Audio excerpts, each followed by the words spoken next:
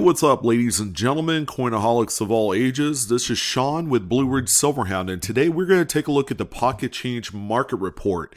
This is a weekly video that I do to showcase some incredible errors and varieties that come right out of change, coin roll hunting. Maybe you like to cherry pick coin dealer stock or at the shows. Whatever the case may be, if you found something and it's a notable error or variety, you could turn around and sell that right on eBay and make a good amount of money in the process. Now, generally, I would say if you have a coin that is in raw condition, one that, let's say you just pulled right out of change, it was handed to you, say, when you bought your cup of coffee or whatever, you noticed something, intriguing about the coin. Generally, a coin of that type, depending on its value, most of the time, you just probably want to go ahead and flip it right on eBay. All the coins that are highlighted in this report are raw. There are no graded examples, nothing by PCGS or NGC. The big idea is being able to find these coins and then doing something with them. Okay, whether you add them to your collection or you go ahead and do a quick flip on online and try and reap the rewards. Now, we have a quite extensive list of coins to talk about in this video. It's going to be a long one, so if you got the time on this beautiful Sunday afternoon, then come on down, go ahead and check things out. It's a phenomenal report, a lot of bangers in this one.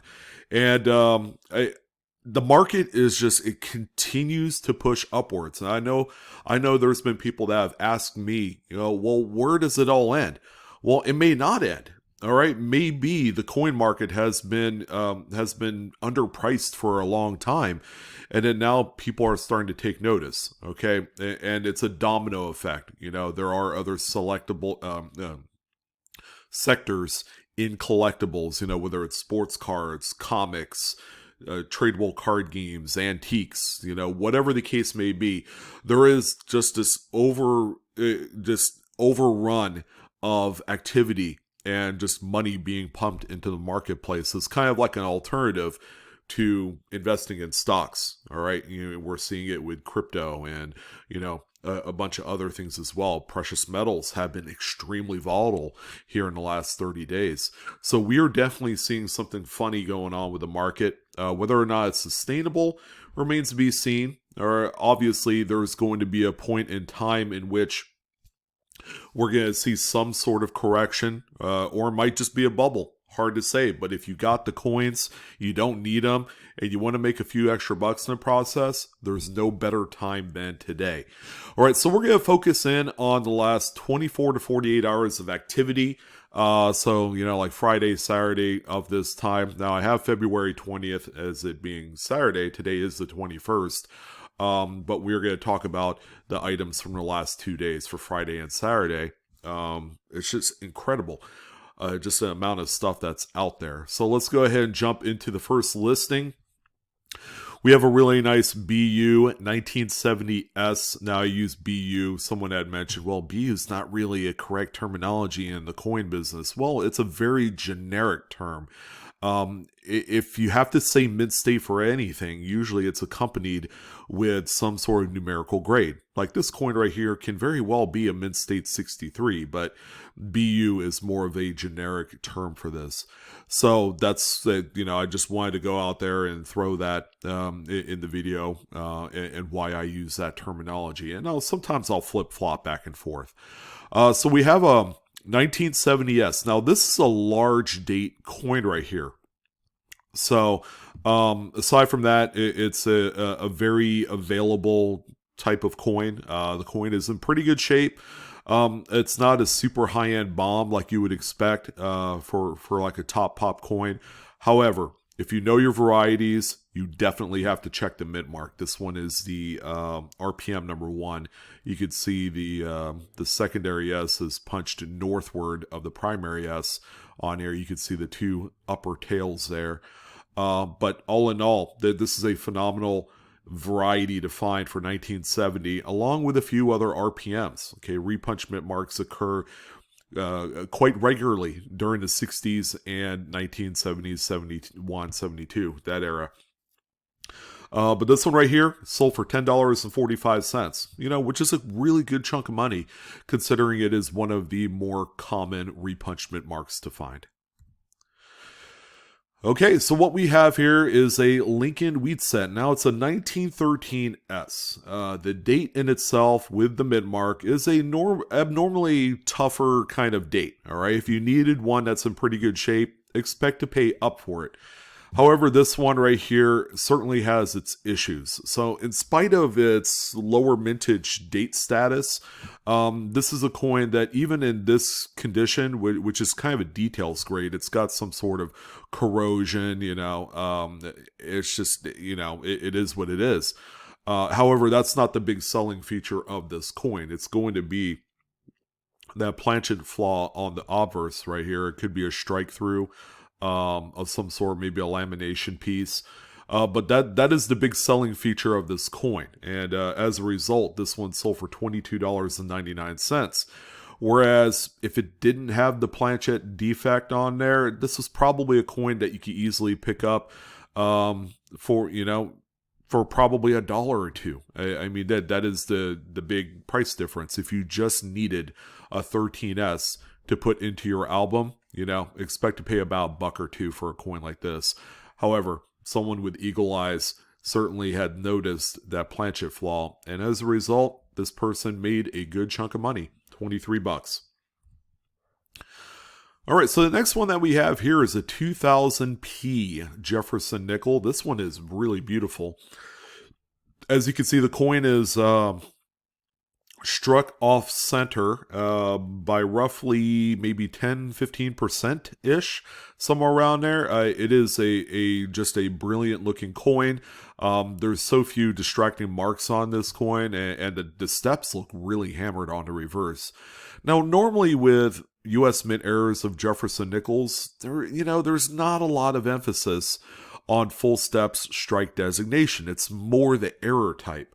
All right, so once we get beyond, say, like 1997, 98, all right, this type of error is seldom found at all, So the newer the coin is, the least likely that you'll find, things like off-center struck coins and Broadstrikes and, the like.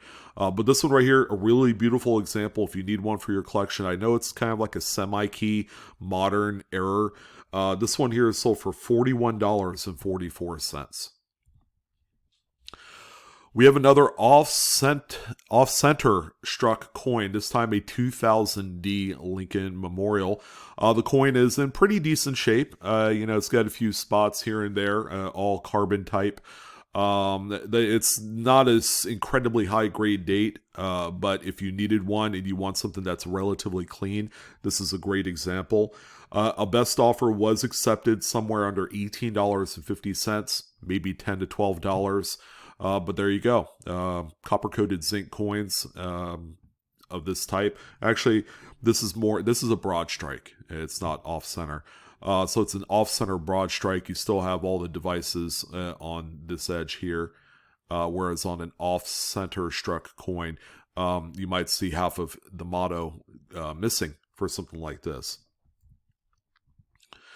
Now, here's a coin that probably a lot of people don't really care for. Aside from the doubling that you can find in the window pane of a Homestead quarter, and it's only on Philadelphia struck examples, so keep that in mind. The little die chips and stuff that you see on this coin has been somewhat of a new target among collectors that are looking for progressions of these sort of things.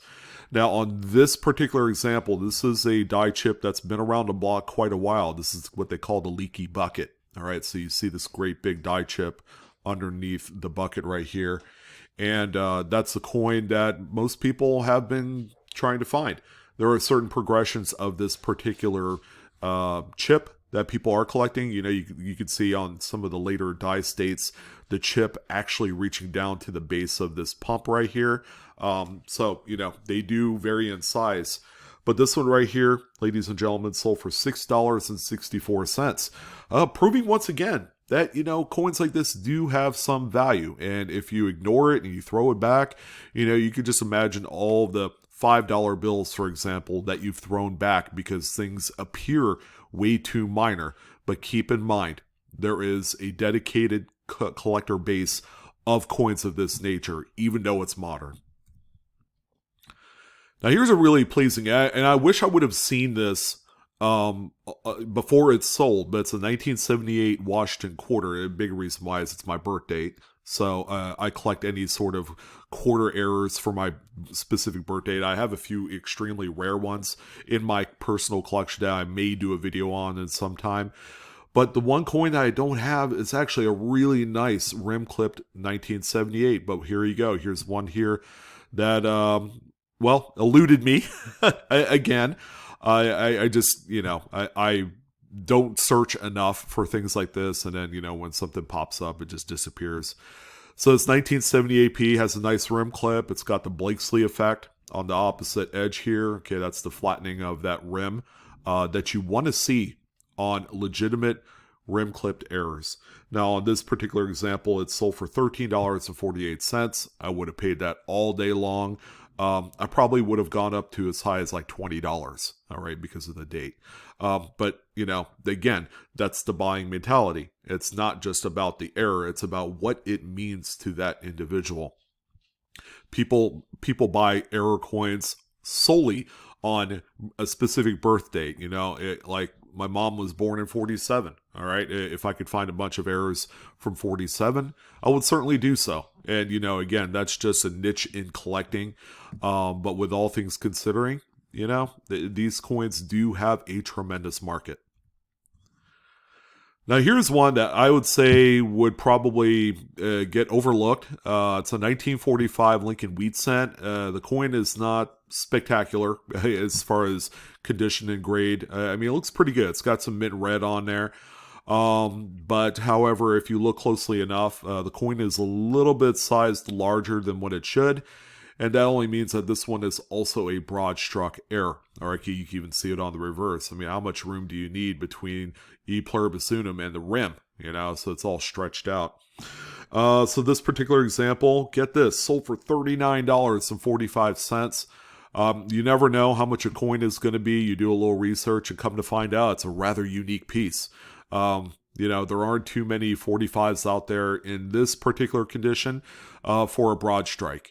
So when things come up like this and you don't think about it, they actually sell for a lot more money than meets the eye. Here's another off-center struck coin. This time it's a 2000 Philadelphia Lincoln Memorial. All right, this one is struck off-center by about 35%, give or take. The coin is in phenomenal condition. But I always say that the people that do invest in these, you have to be a little bit careful, all right, because these are copper-coated zincs. Usually with this type of error, somewhere on the coin, you're going to have an exposed stress point where there's going to be exposed zinc, all right? And then when that exposure happens, you just have to be careful of your storage and preservation of a coin like this. It has to be in a dry spot. I would say use the silica gel packs. If you have a safe for things like this, throw one of those in there. It'll absorb up all of whatever moisture that exists in your environment. So for those of you that collect, you guys are in the South or Southeast or even East Coast, make sure you take that into consideration. Protect your investment. Now, this one is not pretty, all right? But this one here, much like the 1913S that we saw earlier in the video, is also another strike-through type coin, all right? This is a 1944 Lincoln wheat cent. The coin is beat up, as you can see. The edges, this thing has been hit, and yeah, it's not pretty. But someone saw the value. As a matter of fact, a few people had seen the value of this type of error because you have this tremendous strike-through anomaly here on the obverse of the coin. And it's an earlier date, 1944. This one right here is sold for $8.15, where to a lot of other people, it would just be dog meat. They would throw this thing back and, not look back. But make sure that coins like this have a little bit of a secondary market. People do collect strike-throughs on the premise that particular error right there can be found on every date of Lincoln cent. So people are going to pursue a error of this type for every date of Lincoln Wheat Cent. It's actually a really cool direction in collecting. And again, there's no wrong way to collect coins. All right, a coin, even though it's details grade, beat up, still has some love to someone if it has something of a legitimacy attached to it, whether it's an error or variety. 1972 Ike Dollar. Now, I haven't talked about an Ike Dollar circulation strike on a PCMR in quite some time, but this one definitely deserves a little bit of attention. Now, there's a seller on here that has sold a number of coins that I have already highlighted. Here's another one from that particular seller. Now, a 72 is a really common date Ike Dollar. There's a couple interesting varieties. There's the Friendly Eagle. There's a few different types on there, but this one right here has a really tremendous looking strike through on the reverse. Upon closer examination, this one was struck through a detached reading. So, a reading is what you see on the edge. Sometimes when a coin is struck, there will be something called finning, all right, which is where the material of the coin fins up very thin. And that can fall off onto the next coin. And that's what you see right here. Really, really amazing looking error. Some would look at it, the less educated when it comes to U.S. coin errors and say, well, man, that thing's a scratch. Well, you're going to have to look twice. And when you do, make sure you're using a good power magnifier, a good quality one. Those things are like, $6, $7, $8. If you need some, I got some down below in the description box. I got Amazon links for that type of tool if you need it. But what did this one sell for? How about this? $79.45. Not too bad for a quote-unquote scratch. This coin, again, this type of error can exist on any denomination of coin. Usually the coins that have some sort of reading on the edge, like dimes, quarters, those are going to be $half is another good one. Those are going to be your kind of like target denominations for errors like this. Speaking of quarters, we have a 2000, I would probably say this is a Philadelphia, Massachusetts statehood quarter. The quarter has circulated quite a good deal. Now, the absence of a lot of the details on the coin isn't because of the circulation. However, the little kind of like nicks and ticks and all that stuff and digs that you see on the coin are. All right, what makes this one extra special, again, is just the omission of a lot of the details on the coin. So this one was struck through a copious amount of grease that were on the dies. So when the press has to press through a bunch of grease, it's not going to upset all of the details and features of that specific coin. And this is kind of like the byproduct of that process. So the U.S. Mint employees put grease on the machinery to keep it lubricated. So with quality control out of the way, things like this can and does slip through the process. And these are quite common. You're going to see there's another one on the list here. But in addition, this one right here also has complete rims that are struck up on there. And I want you to take note of that because we have another coin later on in the program that is going to be similar in nature to this, but it's going to be a completely different error. And I want you guys to remember that. Oh, by the way, that coin sold for $14.94. 1988D Lincoln Memorial Cent. It's a common date Lincoln. Some would say, oh yeah, you look for the transitional, initial reverse. That's always a good one to look for. But what people don't know is that there are repunchment marks on this date, along with a bunch of other mid to late 80s Lincolns that people just don't know. Okay, and they're all quite uncommon to find. I'm not going to say they're like true rarities, but I think it's mainly because not a lot of people actually search through them. So this one right here has a D over D. You could see that extra notching right there. Looks like it's a little bit tilted. You can even see a little bit of an extra inside curl of this D right there. So I think this is more like southwest. All right. So the secondary D is southwest of the primary, not by much.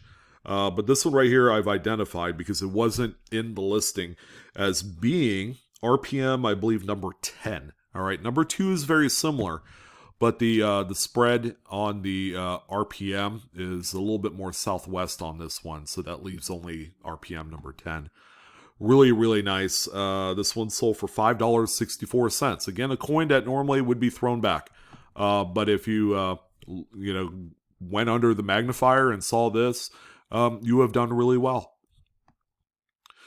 All right, so we got a box of pennies here. It looks like it just is good old sealed NF String and Son, penny box, straight from the bank, $25 face. Now, the reason why I'm bringing this up is that there is still a short supply, all right? And that people want these so that way they could search through them. So the market has all of a sudden just continued to explode for these penny boxes. But how much are we talking about? In this particular case, this one box sold for $75.98 shipped, all right? So if we did a little bit of basic math, figure that it's going to cost roughly, it's going to cost about $14 to ship it in a medium priority box, like a flat rate one. So that would leave, $61, and then take off $25 for the face value of the coins. So you'd be down to 36, all right? So that's going to be your profit, all right? And then just take out the fees. eBay and PayPal fees, so you probably net out around $23, $24 by the time it's all said and done. But people are doing this, all right? There's been a number of completed sales in that $70 to $80 range for $25 face penny boxes, out of all things. Something that normally would cost face value at the bank. And then resellers are taking a look at this, and they're trying to make a few bucks in the process. It's not wildly efficient because the amount of profit is so low on something so big and bulky, but the people that have the time, energy, and money to do so, that's exactly what they're doing. All right, so a coin that we previewed a second ago, a 1999 Lincoln Memorial, much like the 2000 that we saw earlier, is a nice off-center struck coin. I would say this one's about 10% off-center. Another kind of tougher date to find in an off-center struck error type. This one right here is sold for $36.94. Now, the one listing that I would say did not really make full use of its photo capabilities, but also the description. This is a 1945 Lincoln wheat cent with a cud right here at the bust of Lincoln. And this one, the pictures were small. It was taken in the 2x2, which I will tell people, if you're going to take good quality images of a coin, pop it out of a 2x2. The thing costs a penny. But yeah, definitely take it out of there. You're going to get better lighting as a result. The focus is going to be better because you don't have the reflectivity of the plastic of that 2x2 holder. But this one right here with that Alvarez cud only sold for $13.50, which I say is about 50% of that what the actual market value is for this type of cud die break. This is a coin I see sell for $25 to $30 all day long, but because of the pictures and the poorly written description, this one was had for a really good deal. Now, what in the world happened to this thing? All right, so this is a 1956 Lincoln wheat cent. It looked like a big old chunk of the thing had been bitten off by the pet Rottweiler, but what we have here is actually a ragged clip. Some people call it a planchet fissure, or perhaps a defective planchet, which is exactly what it is. But this is an end of strip, good old-fashioned ragged clip. It's quite stunning, actually. It's a nice, decent grade. I mean, you have this piece here. It looks like it's a fall off because it's got that crack. I mean, there's a lot to look at here. This is a really cool error. A ragged clipped coin is not particularly rare.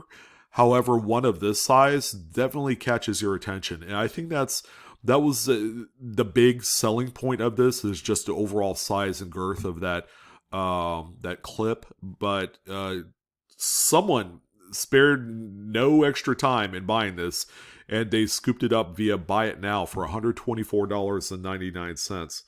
Or actually 125 off, right on a nose.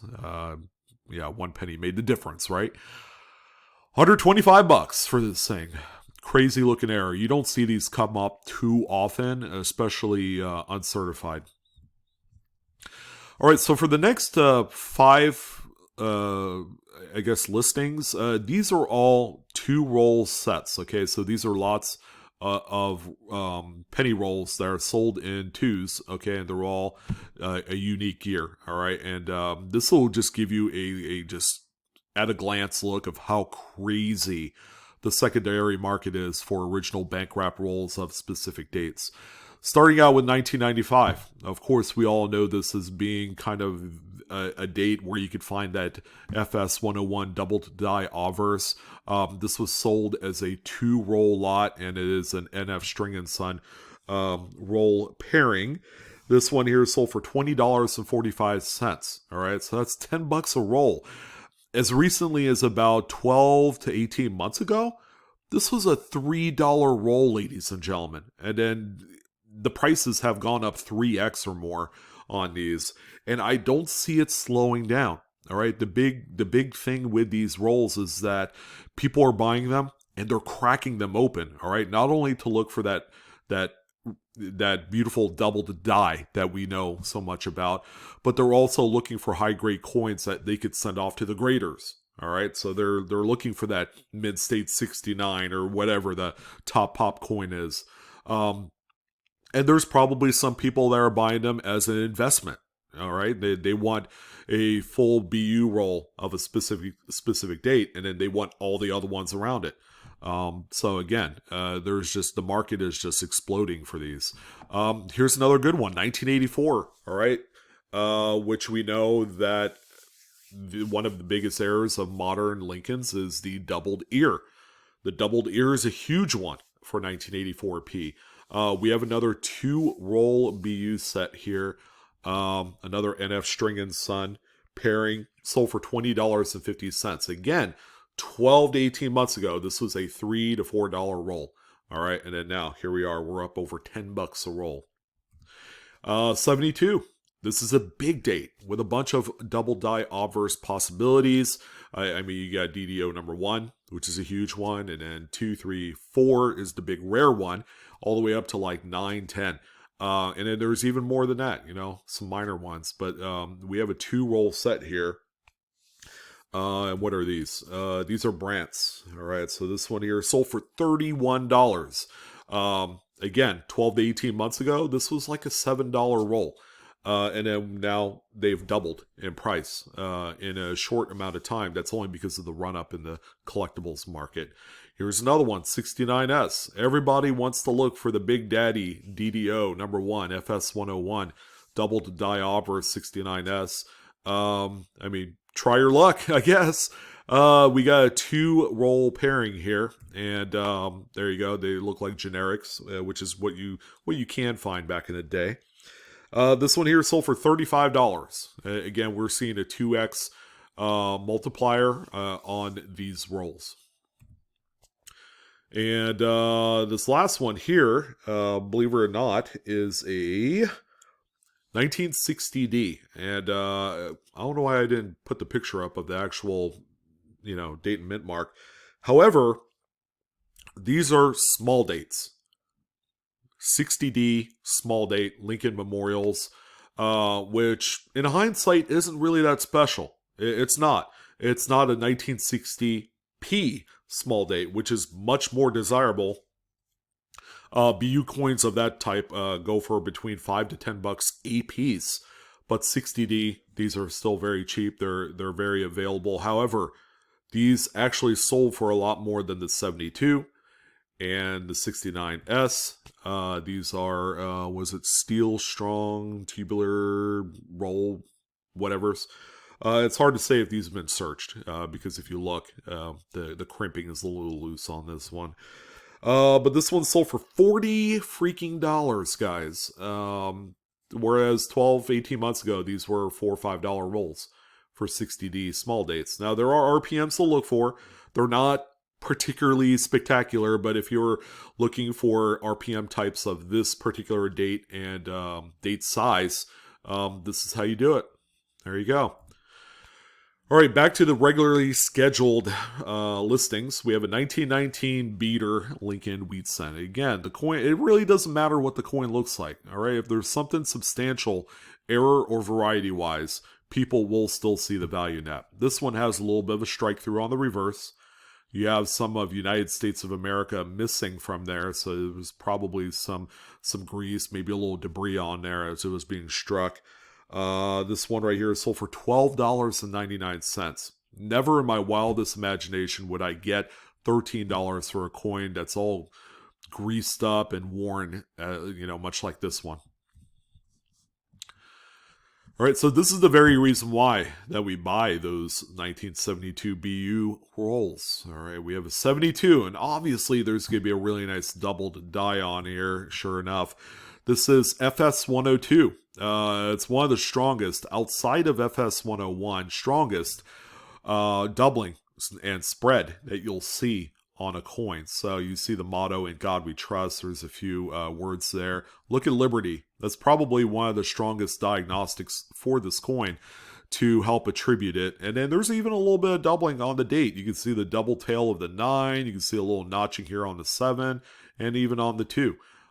This is a beautiful coin. And the coin itself is not, again, we're not talking like a super high-end mid-state red. This one is probably mid-state 62, 63. This one sold for $32.95. So keep an eye out for these coins. They are still out there in pretty good numbers. All right, 2001 Lincoln Memorial Cent. Here you go. This is a very minor strike-through coin. All right, you can see the one there. The person that listed this didn't quite know what to put for, for the date, but you could plainly see it's a 2001. A little bit of a strike through. You got some weakness here at the bottom of the bust and into the one. It's almost disappeared. A very minor strike through grease. Still sold for $7.95. So again, yeah. If they're selling, you might as well pull them out of your change and just let her ride. If you can get $7-8 for these coins and people are paying the money for it, I mean, come on. It is a minor error though.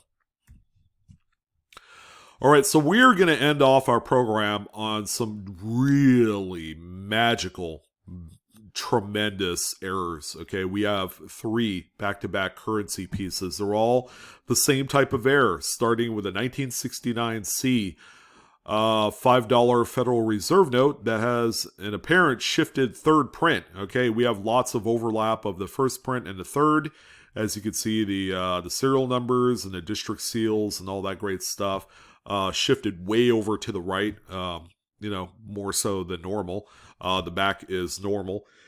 This one right here, $519.13. This is going to make it into a PMG or PCGS currency slab. I can almost guarantee it. But that is a really nice error. Okay, here's also a 69D $1 Federal Reserve note. Same error. This time the third print is shifted to the left. The back of the note is normal margins and everything like that. This one, however, sold for $101.38. So a little bit less money than the $5. And then we have a good old 50. Mr. Grant has never looked good on these small head notes. Okay, this time the third print has been shifted to the right and then down a little bit. This is a amazing error. I love this thing. But I believe these 3 were sold out of the same collection. One seller sold all 3 of these notes. Again, it's just so rare to see these ungraded.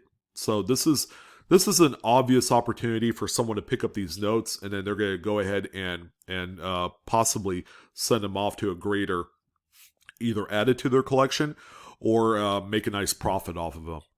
This one right here sold for $463 in a PMG currency graded holder, probably like an AU 55 or something. Yeah, it's showing a little bit of circulation wear. This will automatically double the value of the note.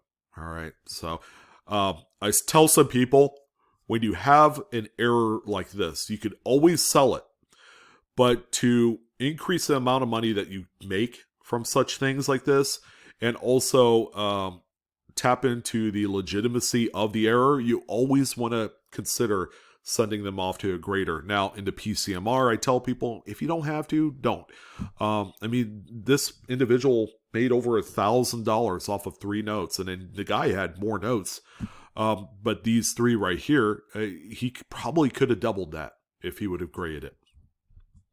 There's the back of the 50, normal. All right, so this was really nice. I'm always a fan of earlier Buffalo nickels. This is a 1917 that has that improper alloy mix, so you can see kind of like the smear of the alloys. Just when they added the copper to the nickel, it didn't quite mix up right. All right, that is pretty much the big reason why that these coins are desired when they have kind of that wood grain pattern. Is because of that. This one also has just a minor counterclockwise rotation on the reverse, probably like maybe 20 degrees, if that. This one right here is sold for $124.99. It's just a pleasing looking coin for a typeset, I would imagine. But yeah, improper alloy mixed woodies of any date and type are popular right now. All right, so this is the coin that I wanted to talk about based off of the Strikethrough Grease Washington Quarter, the Massachusetts, earlier in the program. There are 2 completely polar opposites of error. Okay, so we had the Strikethrough Grease that we saw. Now, you remember the one thing I said. Those have an apparent struck rim on those. Okay, so it's not a die trial or a pressurization trial strike. But however, this one is. All right. So yeah, it looks like it has a little bit of a rim, but what that really is that when these planchets, all right, were prepped and ready for the striking process, they put them into an upset mill. So they'll upset the edges up ever so slightly, so they have a little bit of a curve. All right. And they come up to a little bit of a peak where it almost looks like it has a rim. But when a coin like this is struck completely, all right, the U.S. Mint or the employee has tested out the pressurization. It's perfect. When these are struck, okay, you're going to have a full upset rim all the way around and devices. All right, this one has neither on the obverse or reverse of the coin. This is just a premier example of a die adjustment strike. And some people get crossed up and find things that look similar to this, but really all they have is the Massachusetts quarter that we saw earlier, where you have, just a bunch of strike-through grease action on there with a full rim. All right, this is a great example of a die adjustment strike, and they're so hard to find. Usually, when these things are being struck to test the pressure of the die action, these things usually get pulled out and destroyed. All right, so finding these are rare. And this one here sold for $41.22, kind of a bargain amount of money. The lighting isn't spectacular on there, but there is quite a bit of value. I've seen these things go up into the thousands. Especially the larger denominations like $50 and dollar coins, earlier ones like piece dollars and Morgans with die adjustment strikes, those are very valuable. And then finally, this one is going to bring a good old smile to not only my face, but also Seamus Omaha, who's also a part of our live coin Q&A panel, officially as of our last taping. He's the one that sold this coin. Now, it's a 1970D Washington Quarter. Let's go ahead and talk about the things that normally would turn people away of this. This was probably at one time a roll ender because it's got the roller damage. You can see just the scrapes right here. You can see it right here at the base of the bus. It's got these gnarly bag marks, reading nicks on there. The reverse looks like it's got a little bit of corrosion of some type on there. This is a dark pebbly surface. I mean, the coin is not a beauty queen. But again, this one particular listing is synonymous of what you should be looking at regardless. Irrespective of what the coin looks like, you should always get under the magnifier or get on the magnifier. Get this under the magnifier. I can't even talk. Get this coin under the magnifier. Know what you got before you go ahead and toss it back. This is the double die obverse number 1, FS101. All right, in very low condition with all the damage. Of course, you could see remnants of that roller damage right here at the base of Washington's bust. Well, this coin, you have a very fat oblong 0. You got the 7 with a double tail. You could plainly see the notch and the doubling. All right, these are normally a lot skinnier. A really fat bottom tail of the 9. This curl of the 9 is very thick. And then you have a very thick number 1 in the date. And then you have a notch right here. Top left of the 1 in the date. This is a huge coin in high grades. But if you can't find them, because they're pretty tough to find, people are gravitating toward coins that look like this. And it's completely okay. There's a little bit of doubling in the motto. You could see it here on the S and the T. You could see the oblong T and the E right here. But the date is where it's at on this one. That's the strongest piece of information for the FS101. But congratulations to Seamus for not only finding this, but for a really good sale for a damaged coin. $61.80 should be enough money for you guys to make sure you look at every single coin. It doesn't matter if it's damaged, if it's a roll ender that's received some roller scrapes on there, or, you know, if the coin has, you know, even if the coin is bent. I mean, really, if there's a bent 1969S double die opera, so you get throw it away, or you get keep it and make $6 grand off of it. I mean, the coin is still very valuable and very rare. This is just a great example for a lot of people to, you know, take a look at every coin. Seamus did. Congrats, man. You got the number 30 spot on this week's list. It was huge. It's a deep list of coins that we talked about today. Thank you guys for watching. As always, Coinaholics, we are discovering together. Make sure you like, share, and subscribe to your heart's content. I'm your host, Sean, with Blue Ridge Silverhound. I will see you on the next coin video. You guys take care. Enjoy your Sunday.